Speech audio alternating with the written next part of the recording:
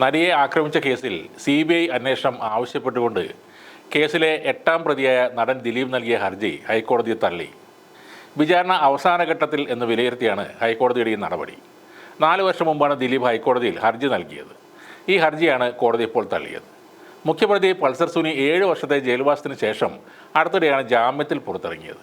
കഴിഞ്ഞ ദിവസം സുനി ചില കാര്യങ്ങൾ തുറന്നു പറഞ്ഞതോടെ ദിലീപിന് മേലുള്ള കുരുക്ക് മുറുകുകയാണ്.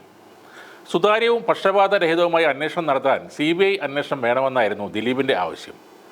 കേസിൻ്റെ വിചാരണ അന്തിമഘട്ടത്തിലെത്തിയപ്പോൾ അത് എങ്ങനെയെങ്കിലും വൈകിപ്പിക്കാനാണ് ദിലീപിൻ്റെ ഹർജിയെന്നാണ് കോടതിയുടെ കണ്ടെത്തൽ. ഈ കേസിലെ പ്രതിക്ക് എങ്ങനെ CBI അന്വേഷണം ആവശ്യപ്പെടാനാകുമെന്ന് കഴിഞ്ഞ തവണ കോടതി ചോദിക്കുകയും ചെയ്തിരുന്നു. കേസിലെ വിചാരണയ്ക്കെതിരെയുള്ള പ്രതിരോധമായാണ് ദിലീപ് CBI അന്വേഷണം ആവശ്യം ഉയർത്തുന്നതെന്നും ഡിവിഷൻ ബെഞ്ച് നിരീക്ഷണം നടത്തിയിരുന്നു.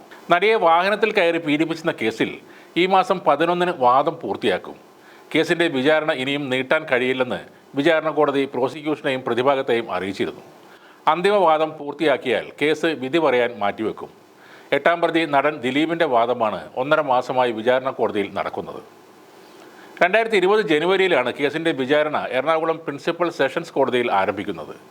പ്രത്യേക കോടതിയിൽ വിചാരണ തുടങ്ങി 5 വർഷങ്ങൾക്ക് ശേഷമാണ് വിചാരണ നടപടികൾ പൂർത്തിയാകുന്നത്. മധ്യവേനൽ അവധി ആരംഭിക്കുന്ന ഈ മാസം 11-ന് മുൻപ് തന്നെ വിചാരണയുടെ ഭാഗമായുള്ള നടപടികൾ പൂർത്തിയാക്കണമെന്ന് കോടതി തന്നെ അറിയിപ്പ് നൽകിയിട്ടുമുണ്ട്. അതിൻ്റെ അടിസ്ഥാനത്തിൽ വാദം അടക്കമുള്ള കാര്യങ്ങൾ പ്രോസിക്യൂഷനും പ്രതിഭാഗവും പൂർത്തിയാക്കും. എന്തായാലും ഏകദേശം 2 മാസത്തിന് ശേഷമായിരിക്കും കേസിൽ വിധി വരിക എന്നാണ് വിവരം.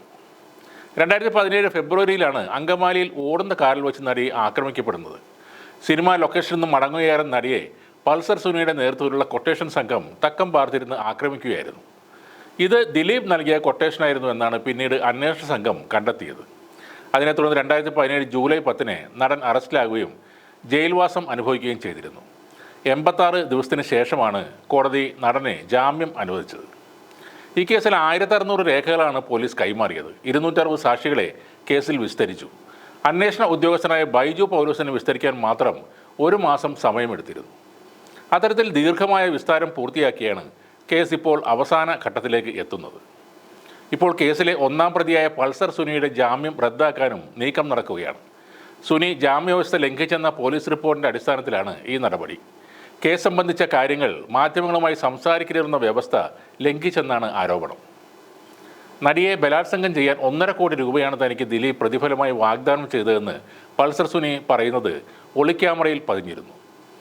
അക്രമം ഒഴിവാക്കാൻ എത്ര പണം വേണമെങ്കിലും തരാമെന്ന് അതിജീവിതയും പറഞ്ഞിരുന്നുവെന്നും ആ പണം താൻ വാങ്ങിയിരുന്നെങ്കിൽ ജയിലിൽ പോകാതെ രക്ഷപ്പെടാമായിരുന്നുവെന്നുമാണ് പൾസർ സുനി പറഞ്ഞത്. ദിലീപിൻ്റെ കുടുംബം തകർത്തതാണ് ഈ വൈരാഗ്യത്തിന് കാരണമായതെന്നും സുനി വെളിപ്പെടുത്തിയിരുന്നു.